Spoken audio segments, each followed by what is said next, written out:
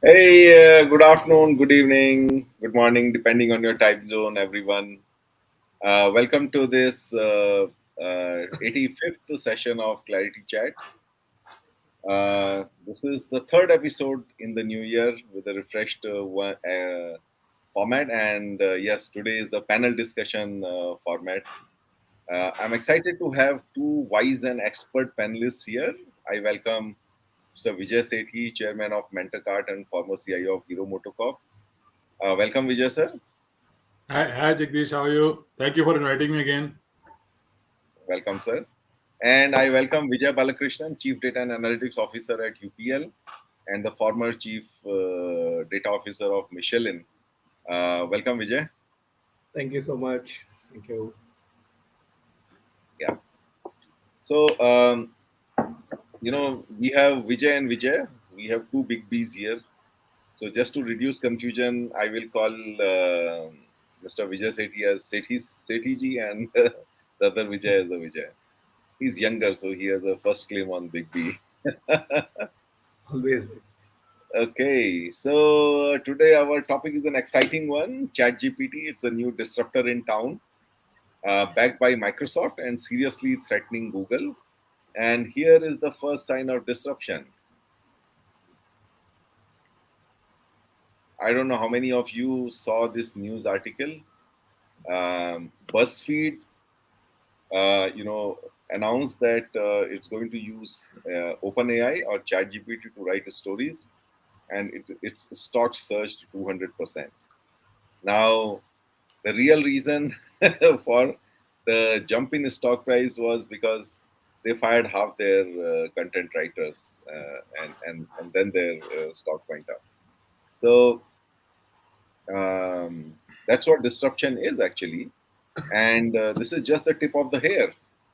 So today, let's delve into what ChatGPT is, our personal experiences as panelists, and its potential for organizational integration into different processes, how it can disrupt jobs, the biases it can have, the fears and insecurities it generates, and an impact on various industries and daily lives.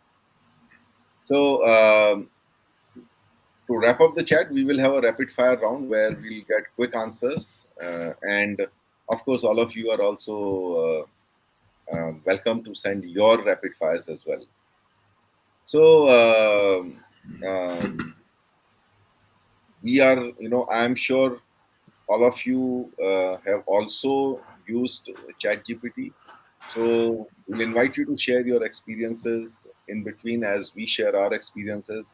The whole idea is for everyone to get a fuller understanding by sharing each other's experiences around ChatGPT and AI in general. But before we dive into some serious stuff, let's get some energy going up. So, Sethi ji and Vijay, please share your first aha experience of using ChatGPT. Let me start with Sethi sir.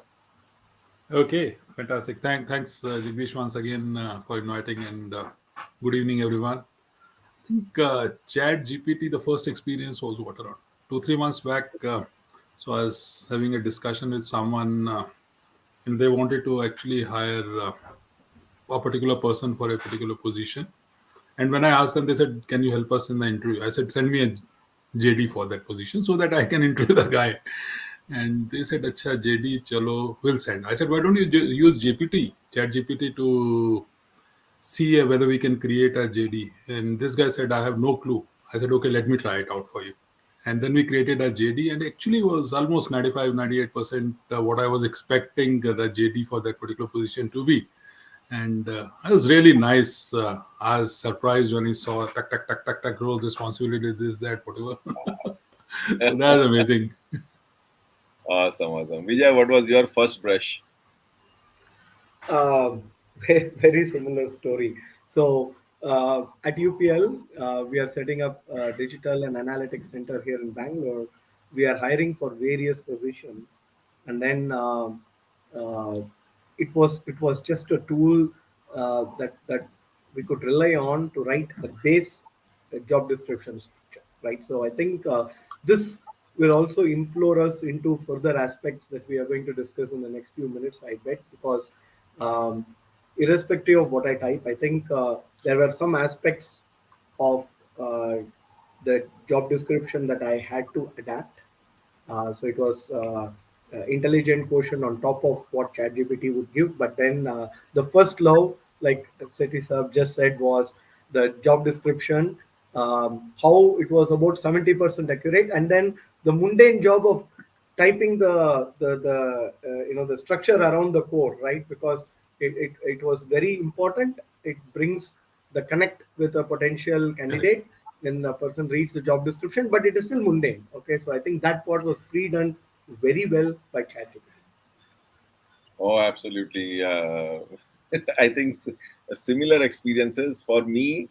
It was I was talking to someone from a testing company, from an RPA company, and we just checking like how you're going to use it and all, and they had no clue.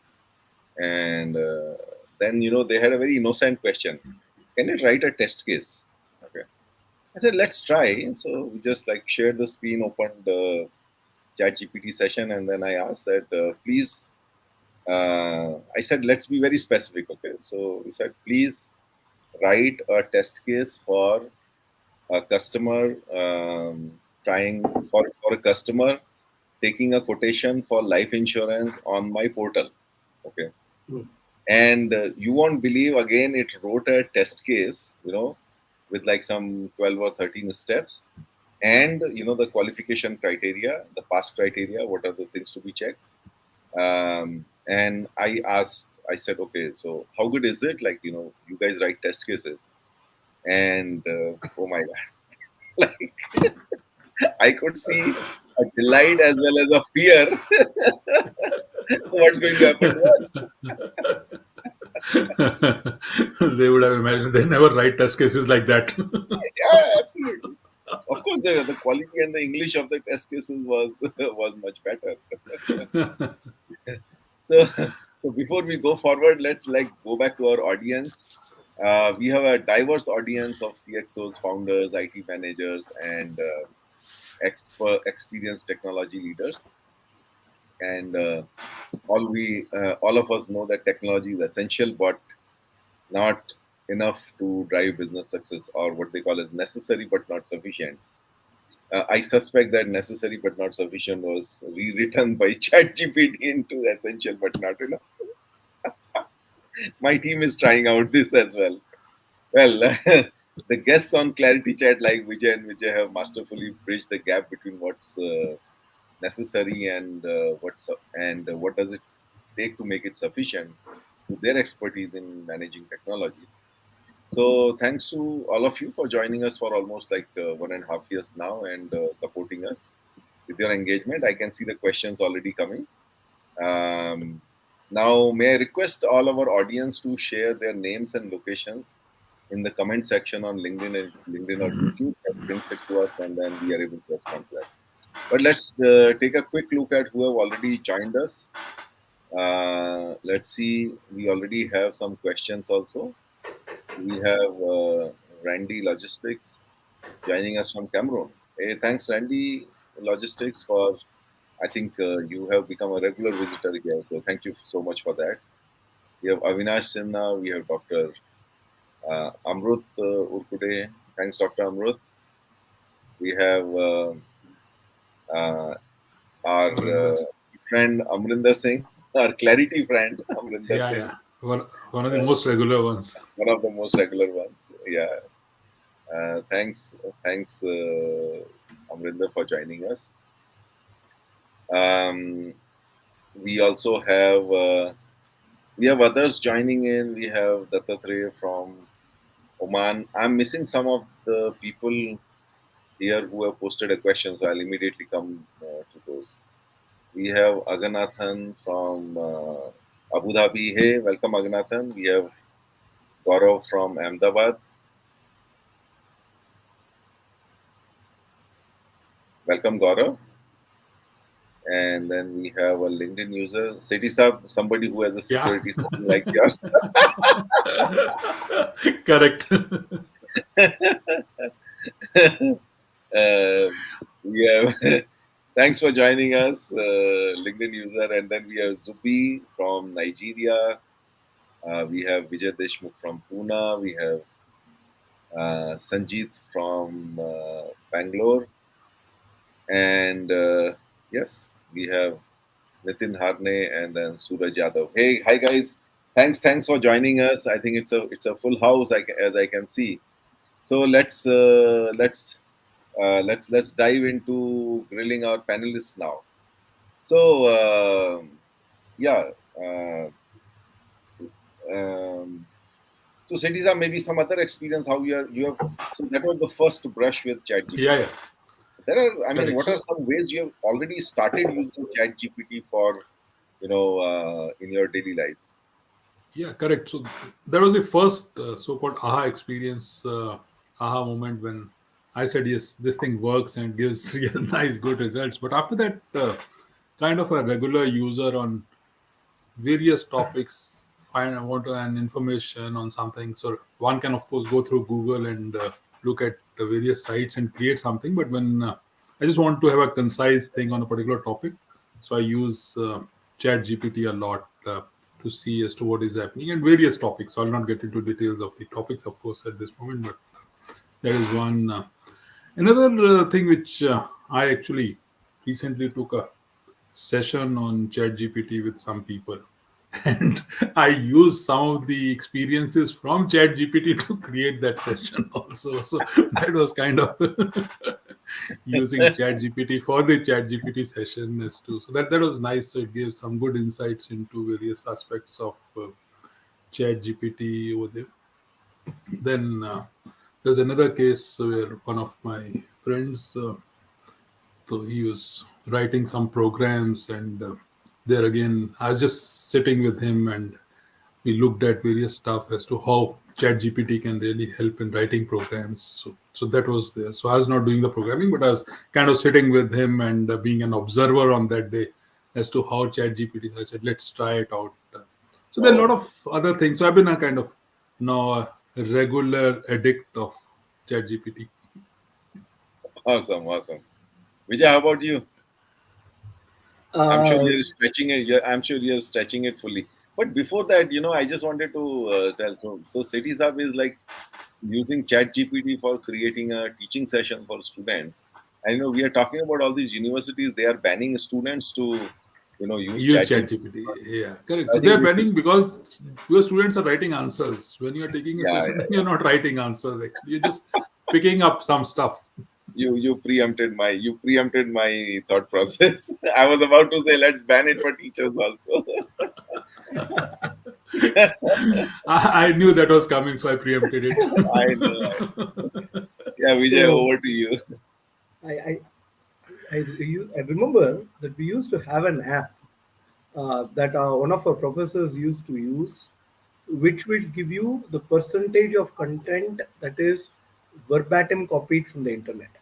Correct. That's it. Okay, so I think at some level, just to make sure that people don't replace ChatGPT with their intelligent quotient or their knowledge, some at some point in time, we need to have a running app that says, you know what, this is It's already how there. It's already there.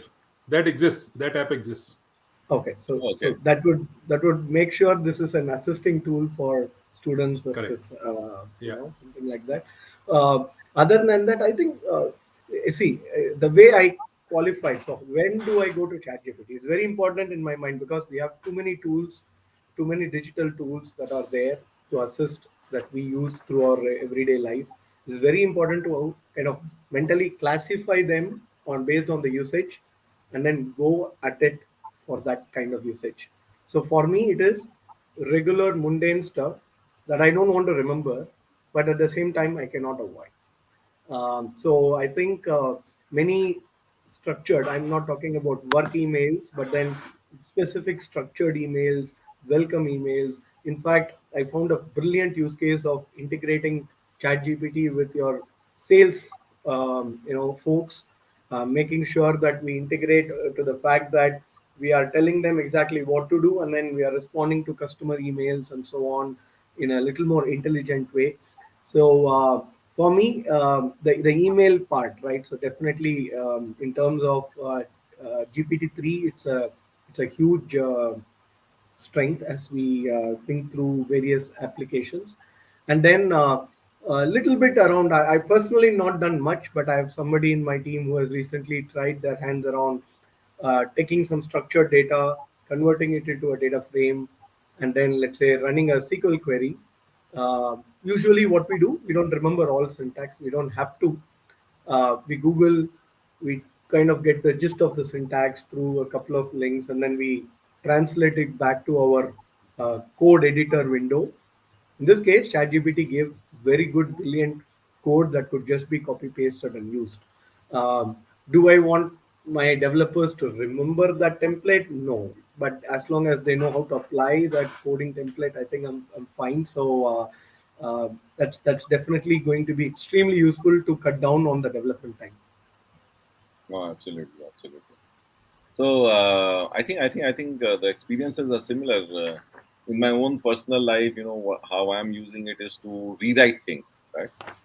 So what I do is like you know, so since I post a lot on LinkedIn, some people say it's more than what I should, but it's sort of become a habit now, and so it's actually helping me, like instead of like me having to pour over things as to how to really wordsmith my content. I can rewrite it a couple of times, and it gives me the right words. Right? It gives me a lot of, like so earlier, when I'm not happy with something, I would open thesaurus.com and I would look for similar words, just for my choice of words. And then my team will tell you that, like I'm like actually a little I mean, I go a little overboard in terms of, like how it should be and all that, just from a quality point of view. But now it is making it simpler for me, just by giving me a lot many options, like so I can, if I regenerate something 2 3 times, then I kind of get, okay, so the same thing can be said in different ways, and it just gives me a better way to represent it. But I remember once I wanted to write a mail to someone, and I was like procrastinating on it. But actually, about inviting a fellow CIO to ClariTea Chat. Let me open the let me open the can. I had been procrastinating because ClariTea Chat format has changed. I do have a template which we have used, but that was for the previous one, and then now the ClariTea Chat, we have changed it quite a bit. Uh, I was just out of boredom, I chatted there. The window was open in front of me. I said, "Can you write a mail to a fellow CIO for inviting him to ClariTea Chat?" Okay, and I was shocked. The mail that it wrote, and I don't know where it got to know about ClariTea Chat, but the mail it wrote was like almost, I can say, not 80 or 90%, but at least 70-75%. It was bang on. And then I had to add some links. I had to, like redo some of the stuff. Um, so that that was that was a shocking experience, I must say. So before we go forward, let me ask my audience. We are sharing personal experiences here. So why don't you guys share your personal experience, and I would invite experiences which are different from writing JDs, or like refining content. Something innovative that you have tried and it has given you aha. Please share. Meanwhile, let me go back to my audience comments. There have been quite a lot of them. So we have Sats here from Texas. He says Buzzfeed is not a full-fledged media house. Its content is more like 10 things to do in a pandemic party. I would be worried when it is used by NYT or Washington Post. Absolutely, absolutely, Satya. This is. I think it does that really well. 10 things to do, or like some ideas. So for picnic, etc. So like those 5 things, 10 things, 15 things. Those kind of things, or it can generate some quizzes for you. So I think those are things that it can do very well. But I still see that what I was talking about, refining content. So you've taken some rough notes, and those rough notes, converting them into like just helping you refine that content into a powerful choice of words, phrases, sentences, paragraphs, and all that. I think that's where it is very powerful. But thanks for sharing that concern, Satya. I think once AI becomes sentient, I think that's when you will have Washington Post using bots.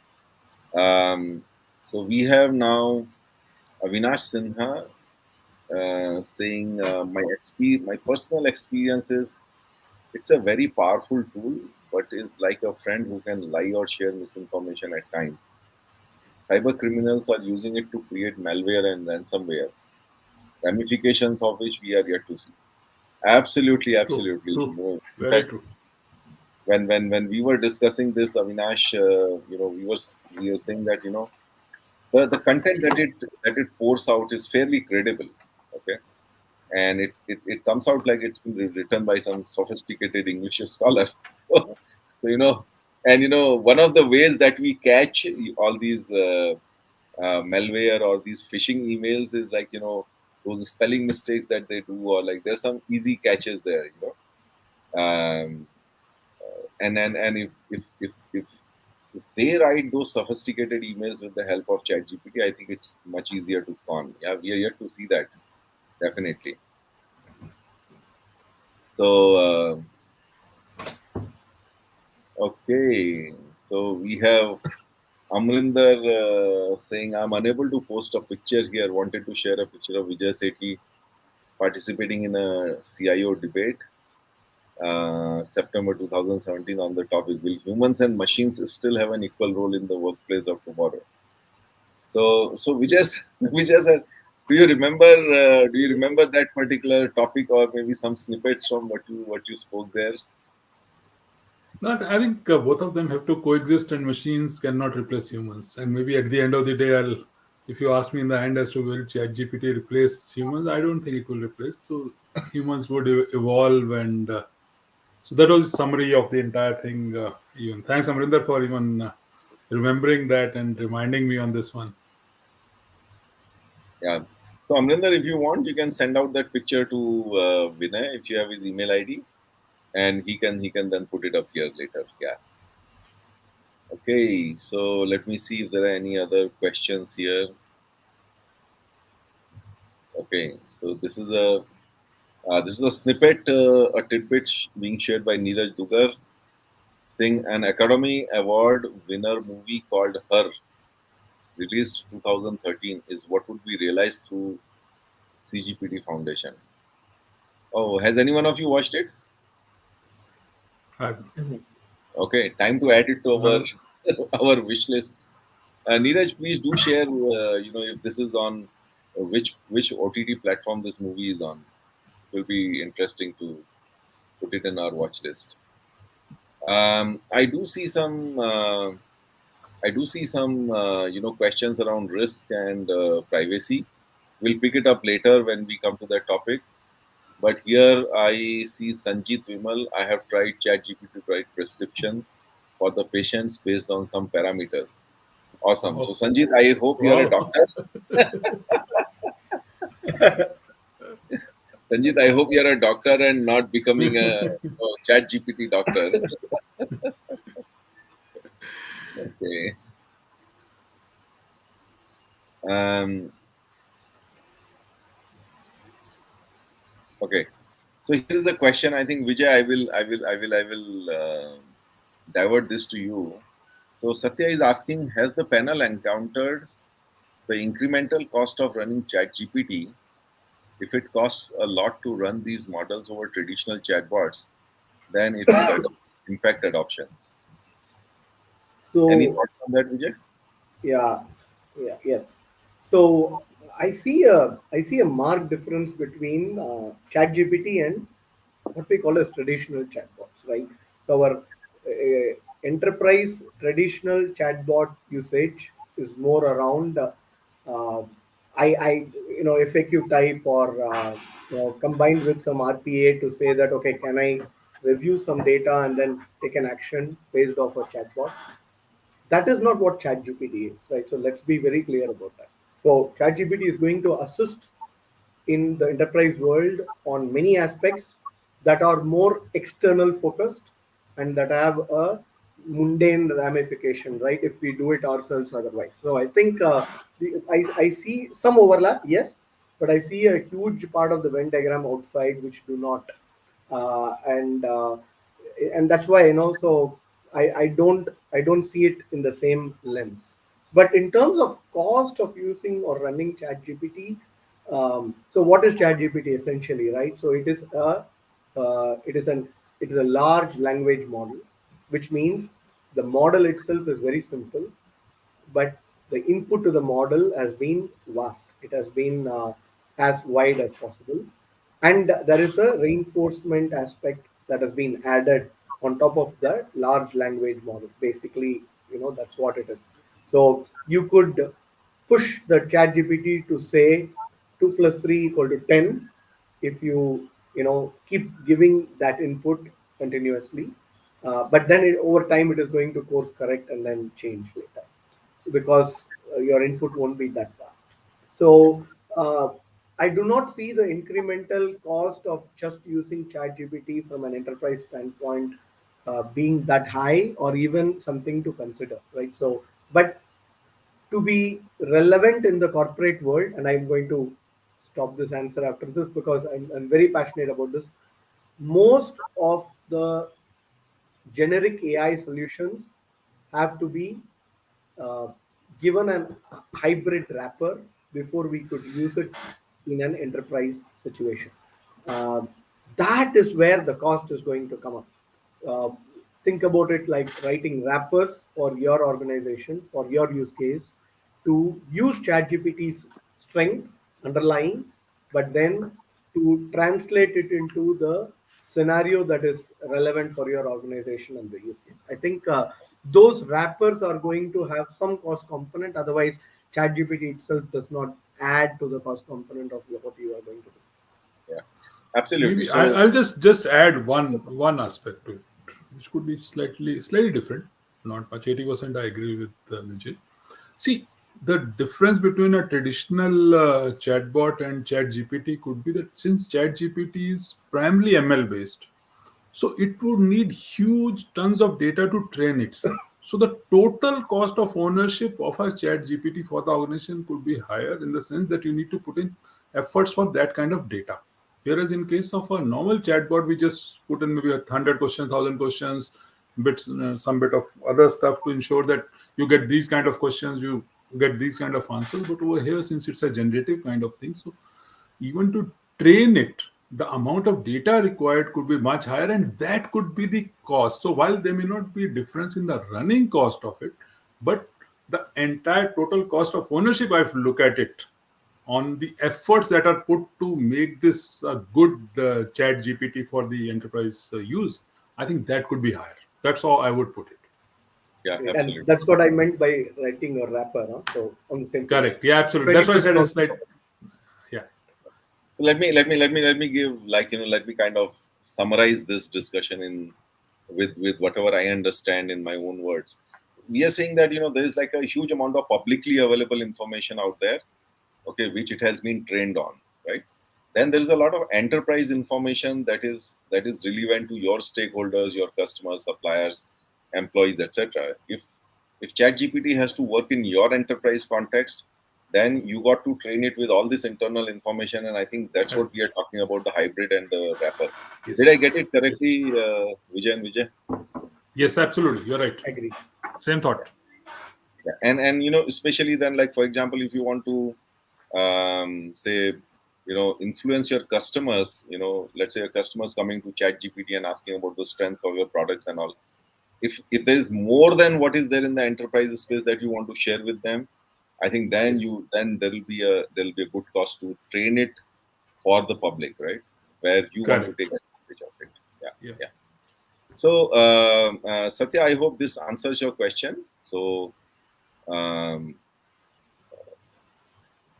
let me before we move on, I think Vijay started delving in that direction.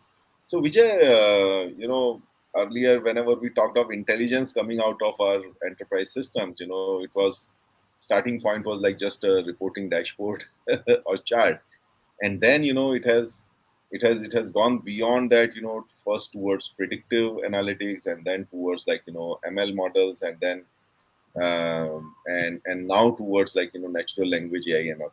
So you are a passionate technologist. So walk us through the technical journey from structured data reporting to this completely unstructured with its own intelligence AI Absolutely. in Absolutely, layman's Satish. terms. So, yeah, sure, sure. So, um, I first of all, descriptive analytics has its place. It's not going to go anywhere. And today, in majority of my personal experience, I see descriptive analytics as a critical aspect and an input before we can even think complex advanced analytic use cases. We need to know where to tap. There's a lot of effort and thinking that has to go into advanced analytic, and we need to converge our focus before we are able to do that, and that is descriptive analytics. And I'm going to talk a little bit about where all these roads meet also eventually, right? So, and then Sethi Saab talked about ML being the core quotient of most of the advanced analytics today, where we pull in some variables, internal and external, and then say, okay, now here's what the combined analysis look like, because as an organization you need to have a good balance of internal intelligence to external focus, and we need to bring them together and do that. Now, conversational per se has its application in these two areas also, right? So, 6 years back, I was having a conversation with somebody who, I mean, just to make sure it's not a conversational conversation, but it's a human to human conversation where somebody actually told me that, you know what, on your data, enterprise data, you can talk and create dashboards. So this was my first instance where these two roads met, right?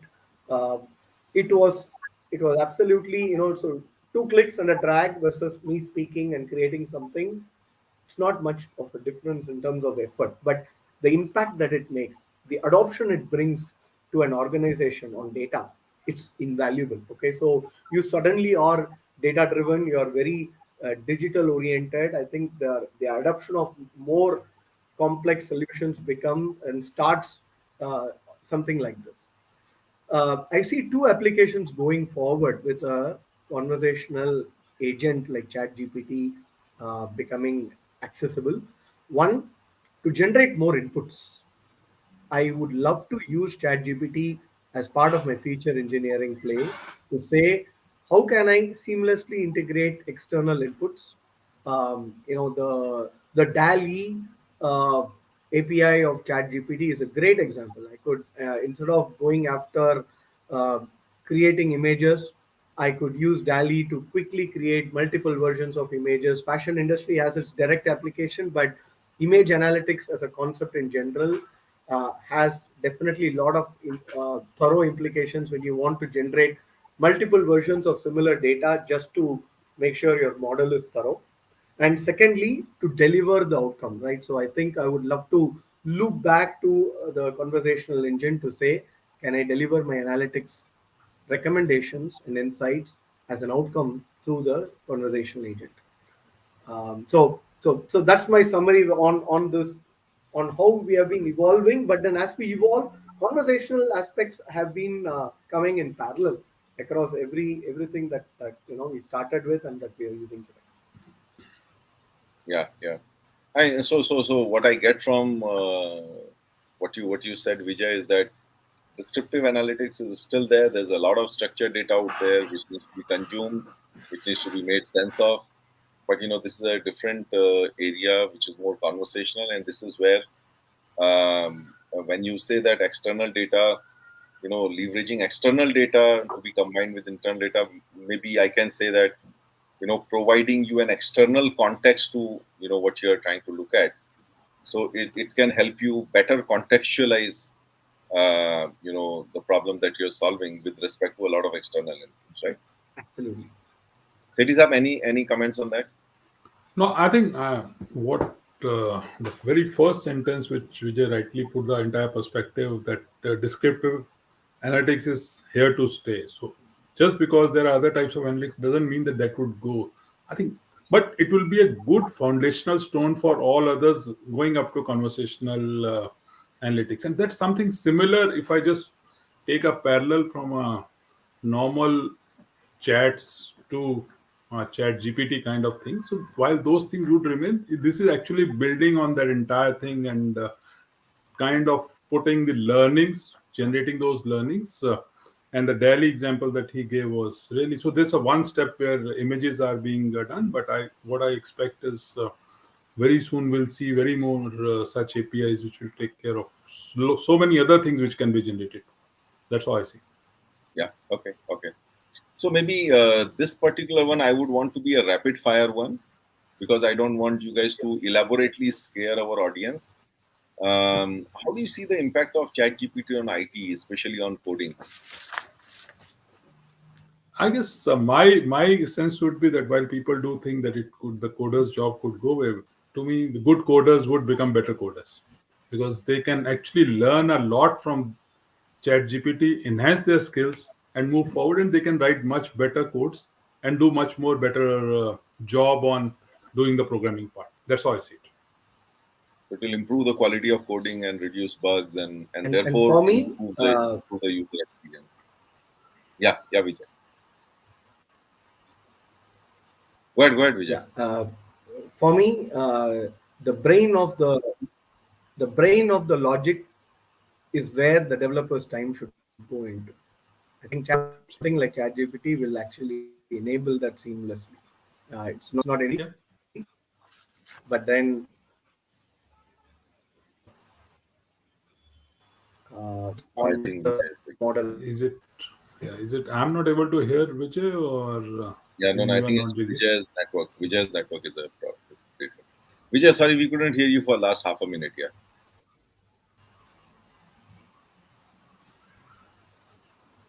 Yeah, am I audible? Yeah, and Yep. perfect. Can you hear me now?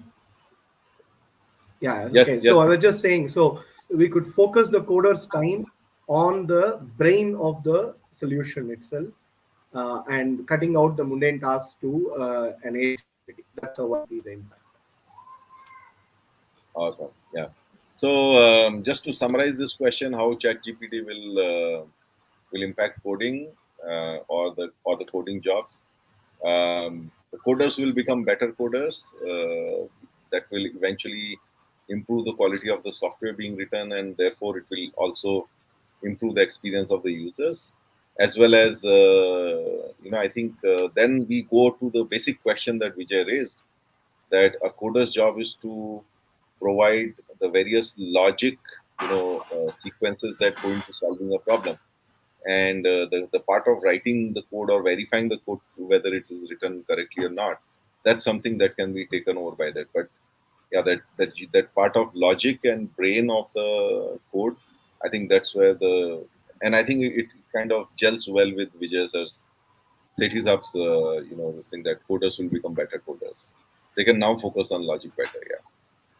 Okay, so now we come to the fears and insecurities. That is the big question. I see a lot of questions coming here, from the audience around that. So yeah, what are the concerns and uncertainties regarding ChatGPT? So, Setiza, why don't you go first? Yeah, maybe we can pick up few of them, and then all of us can discuss out. So the fears, anxieties are at all levels.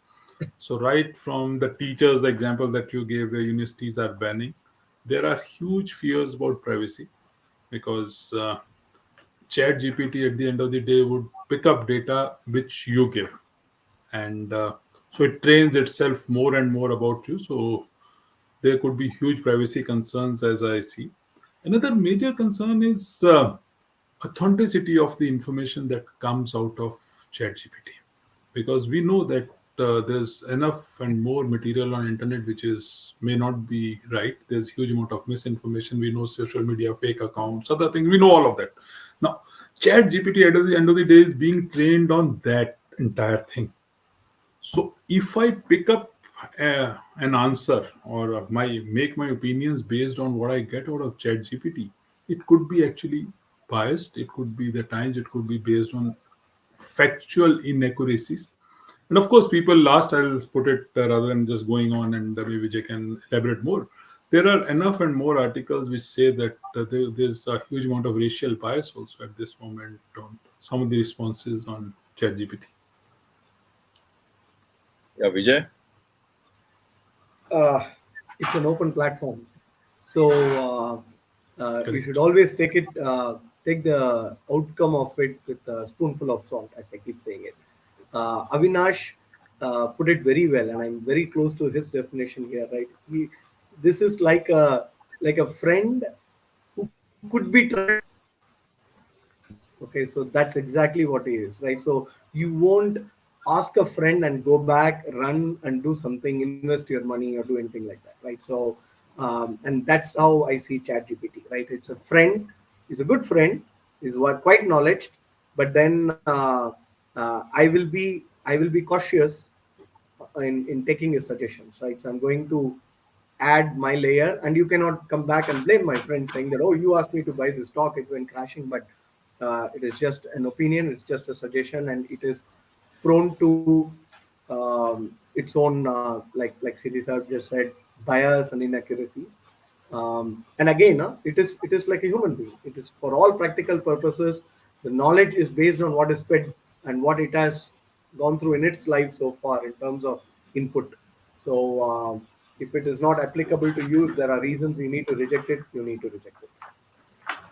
So what about this concern that's again coming from Avinash? Huge risk to privacy, intellectual property, copywriting when you give access to your company employees or developers. Uh, Do you see those issues, so Vijay? I think security and privacy are by design these days. I don't.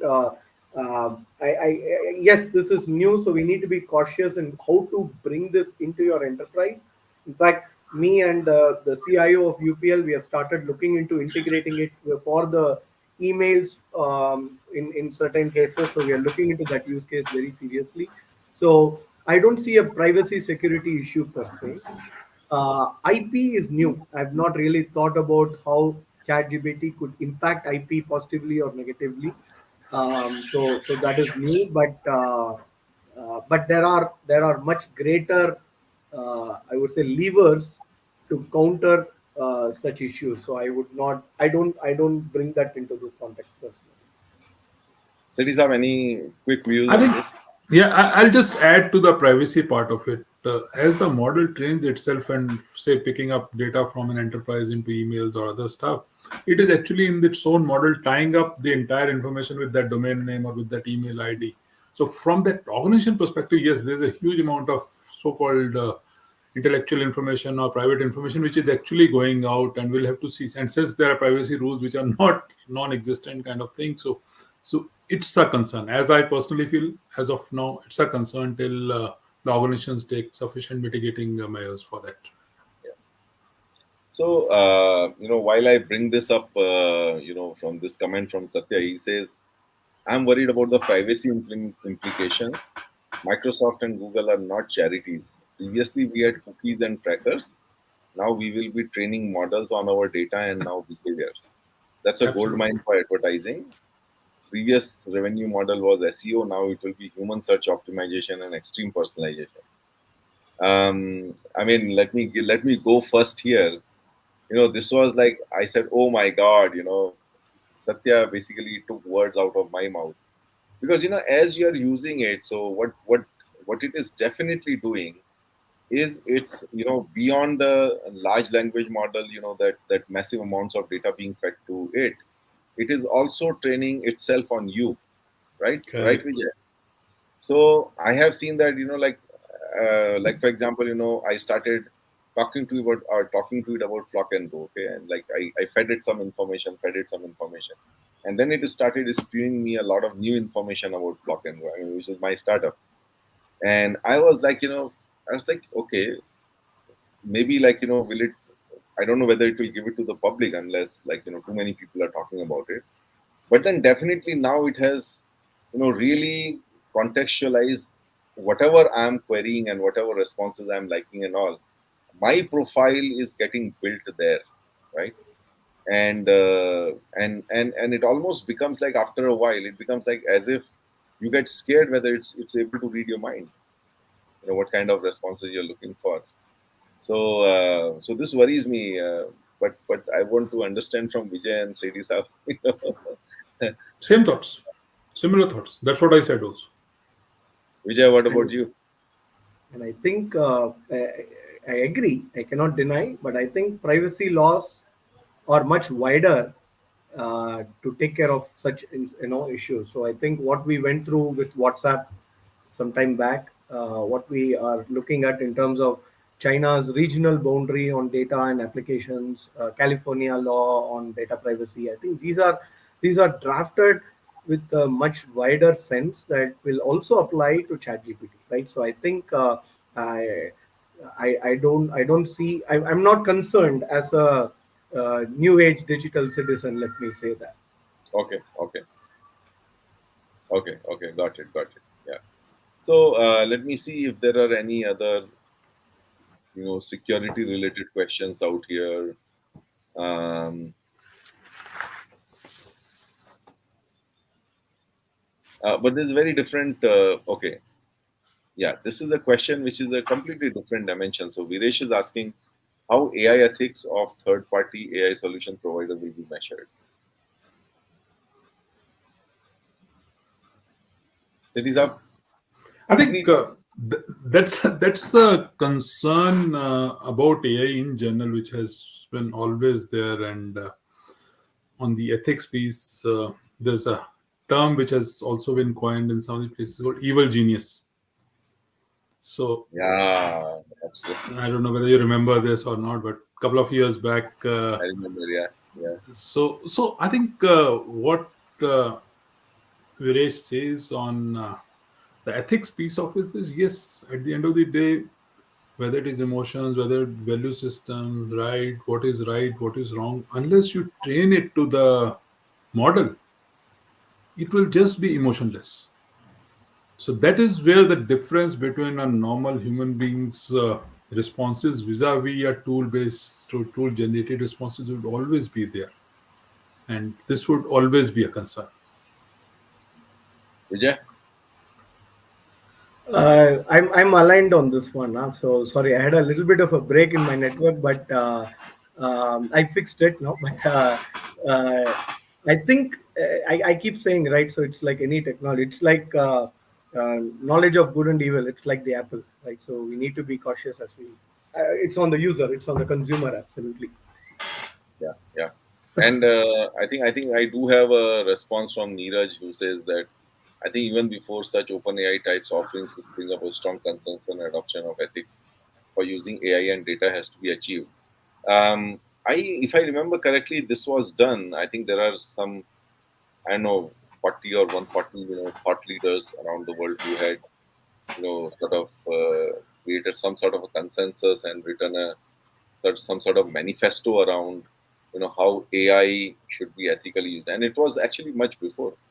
It was 3 4 years before. If any one of you remember that, you can share. Otherwise, we'll move on. Yeah, but I think the key thing over there is adoption of those. Even if these guys said, but how many people are really adhering to that while developing their AI Yeah, models, algorithms?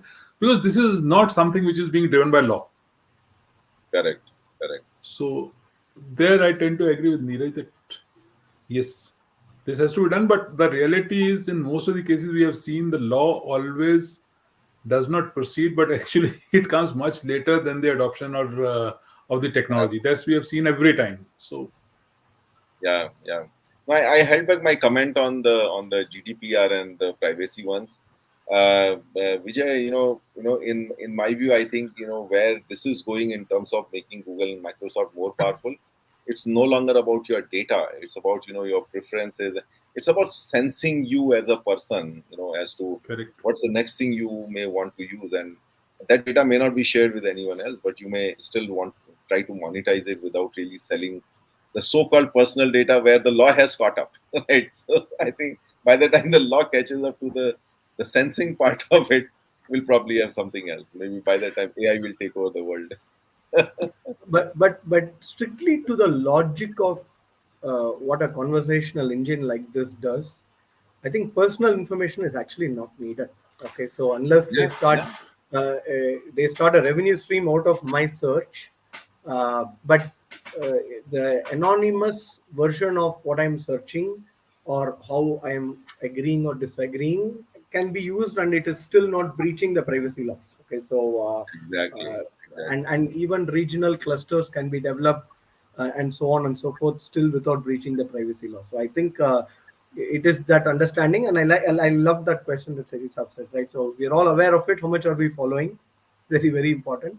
But there's also something called AI explainability, which is becoming increasingly relevant for AI adoption. So we can build solutions on top of this, but bringing in a conversational agent is going to impact the explainability of the intelligence that you are setting up. Then the solution is not going to be used by any. Okay, and we are facing something very close to that at UPL, because we are creating AI engines that almost tell the sales representatives what to do, but uh, it is directly tied to their incentive program and so on, right? So they have to understand how this is coming from, from where is that recommendation coming from before they are going to touch and use it or even believe that, right? So it's Yeah, yeah. explainability is a critical part. That's a big question of explainability. Yeah. So we move on to the next section here, and here is a question from Jubi, which is which industries are most likely to be disrupted by the integration of ChatGPT, and how? It's more like asking, maybe I let me ask a question in a different way. Who will it hurt most, and who will it help most? So I Yeah, go like ahead, Vijay. I could go Go first, ahead. right? So I think hurt is simpler, right? Like I said, it is consumers of the solution who do not know, what they are doing, right? Like the students, younger community who do not, who might be easily convinced on something because it is coming from a solution like this. Could be, yeah. So we need to spread awareness to be making sure that doesn't happen. But that is the, let's say, persona that could be uh, hurt by a technology like this. Positively impacted, I almost think everybody. So I think this is like which industry will use digital, right? So I can almost think about DALI or Codex being absolutely useful across industries in its own version. DALI more to do with fashion, because I could easily simulate and design my own stuff going forward, and do things. And Codex, like I said before, is going to cut out on an average 30% of the development time, if used wisely. The natural language part, one fine day, I hope it at ClariTea Chat we will have a Chat GPT persona as a fourth speaker at least, right? To whom we could ask such questions from time to time, get a gist, and then go off of the topic also, right? So That's what I that's think my Amrinder has just asked on the chat. Yeah, yeah, This yeah. question. There's so many chats. I'm just searching. I'm just searching for that chat, and I want to. I saw that Amrinder just asked as to when Jagdish would have one person who's sitting next to, yeah. Yeah. So Sethi Saab, you can go with it. You can go with it. No, I think let me first answer the first part of it. I think I agree with the essence what Vijay said, that if people use it wisely, actually it could be more of a friend rather than a foe. But the problem comes is that if you do not apply your natural intelligence with the artificial intelligence and you just go by artificial intelligence, then only God help you. So So what? people have to add their natural intelligence to that as to what is being said over there. Then all the industries, all the students, everyone can actually benefit from it. But the reality is most of the people want to look at a way which is an easy way out rather than adding their own intelligence part to it. And that's where they would suffer irrespective of industry. Absolutely. So let me give a equation to everyone. When you say who will get hurt, who will be helped. So it's like natural intelligence plus artificial intelligence is success. Natural Correct. intelligence with sorry, natural stupidity with artificial intelligence is much bigger stupidity. Correct. And actually, I can definitely see that. I mean, now bringing it to the one hard question which I always ask people is that like are you a creator or are you a sustainer? So we have both types of people in the organization. There are people who are like always pushing the envelope, who are pushing the boundaries, and then there are people like who are like just pushing the envelope, right? They're just like doing the entry out tray, and you'll find a lot of them. And I think those are the people it's going to hurt, who are not creating, who are not really like using the intelligence to improve things, but who are just like running things, and what do you call, just keeping the lights on without really you know without, I mean, when you take your job for granted and you just keep pushing the papers, I think that's where it may hurt most. Okay, so Correct. guys, we are 3 minutes away from closure. So let me move towards uh, let me move towards just taking maybe last couple of questions, maybe on a rapid fire mode from the audience. And I had one question which came from which was about like using it as a judges. Let me search for it.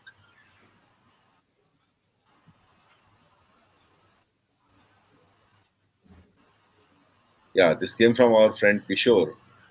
So rapid fire answer to it, both from Sethi and Vijay. Can ChatGPT also do a role of any judge in the court? See, what I No. read is that ChatGPT has already appeared in an exam for a law officer and it has actually passed the exam, though with B grade, if I remember that. But I Yeah, think that was the first version. Maybe in the next attempt, it might go to A grade or A plus grade also. So yeah, the yeah. reality is that it could be as intelligent, but then you have to add your natural intelligence to see as to what the circumstances are, what the other stuff is before making a judgment. So while it could help in giving lot of good arguments, the judgment part you also need lot other things. So Any Vijay, Vijay? It could help an advocate. It could never become a judge. So correct. that is my take on Yeah, this. exactly. I agree. It can actually help judges also, because my personal opinion is that I've seen, you go to an advocate's office, like full of those AIRs and AIRs. So like more than the Constitution, there's like 20 times or maybe 30 times the AIRs. I think those are like the compendium of all the judgments, and they continue referring to it. So let's say if you were to feed all those compendiums into ChatGPT and say that, hey, here is the case, bring me all the previous cases which have been let's say fought in the Supreme Court. It can, but yeah, as you rightly said, it can assist. It cannot judge. Yeah. Okay, so we move.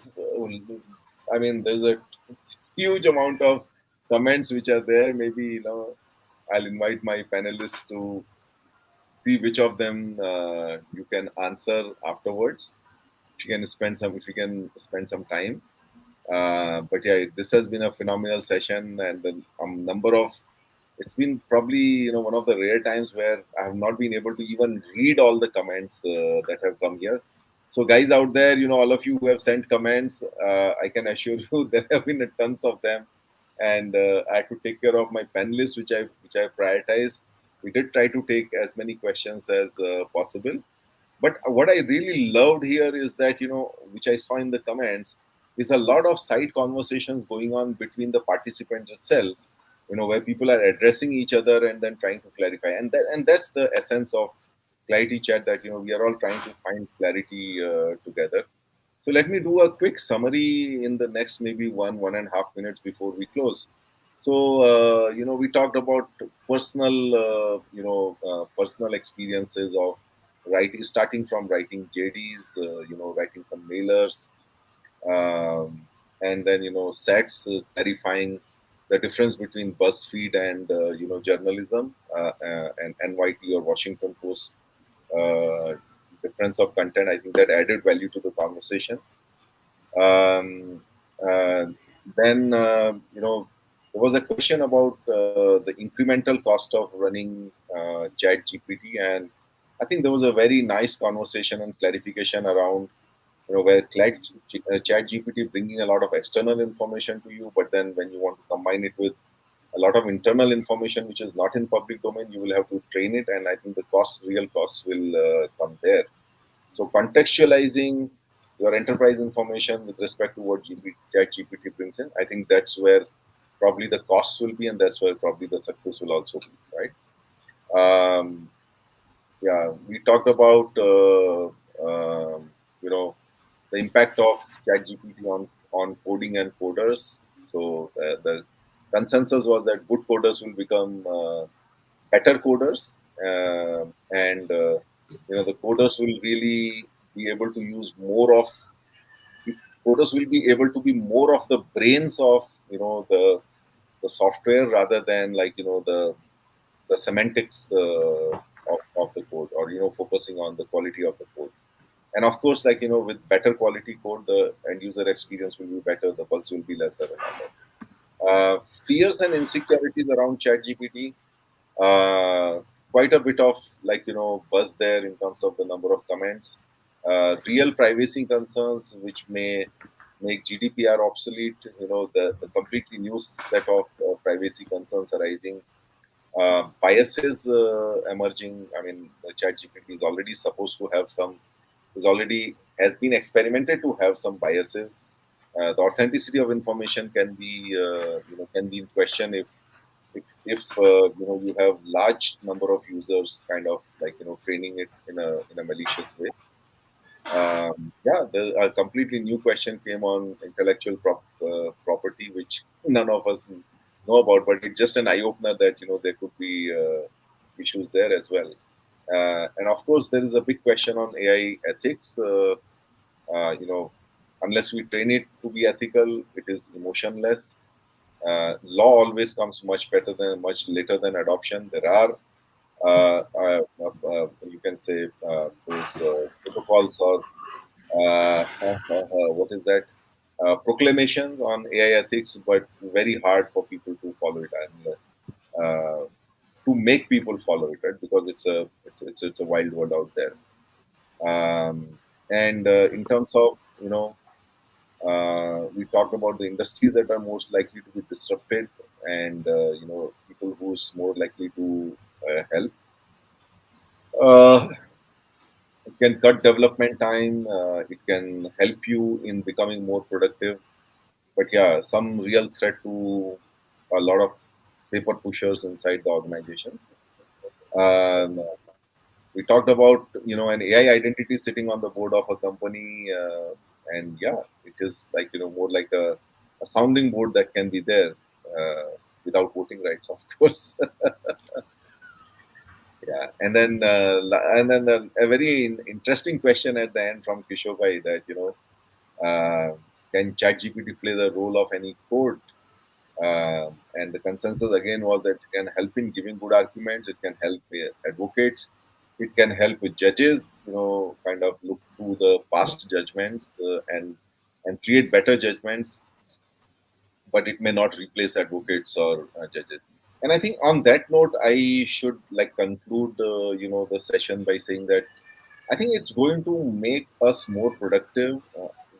Of course, keeping the concerns and those aside, hoping that they'll be taken care of as consumers and as as people working in the corporate world.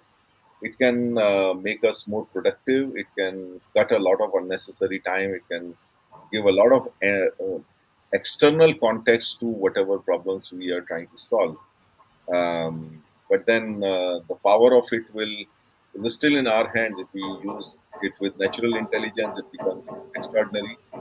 But if we are stupid about it, if we used it destructively, then I think it's the choice is with us. So thank you, Vijay and Vijay. I had two big Bs, and you guys really played your roles as Jay and Viru in protecting ChatGPT and of course, like making it sound simple. And thank you all the audience, like who were really awesome in putting all your comments out there and engaging in the main discussion as well as those side discussions, clarifying things to each other. And last but not the least, I thank all the people who are going to watch this recording. When I circulated the messages, many people said we won't be able to attend, but we will definitely watch the recording. This is an interesting topic. So if you're watching it now or later, thanks to all of you as well. So Thank you to you, yeah, Jagdish. thank you, You did a wonderful job. Thank you very much. thank you, sir. Thank you, Sethi Saab. Thank you, Vijay. It was awesome having you guys as my panelists on this one, and you really added a lot of value to the conversation. Thank you so much. Thank you. Thank you. Yeah. So we'll be back after. We'll skip the next Saturday and we'll be back the Saturday after on 25th of February 2023. So till then, see you guys. Bye bye and bye Vijay and Vijay. Everyone have a nice Thank weekend. Thank you. Bye. You too.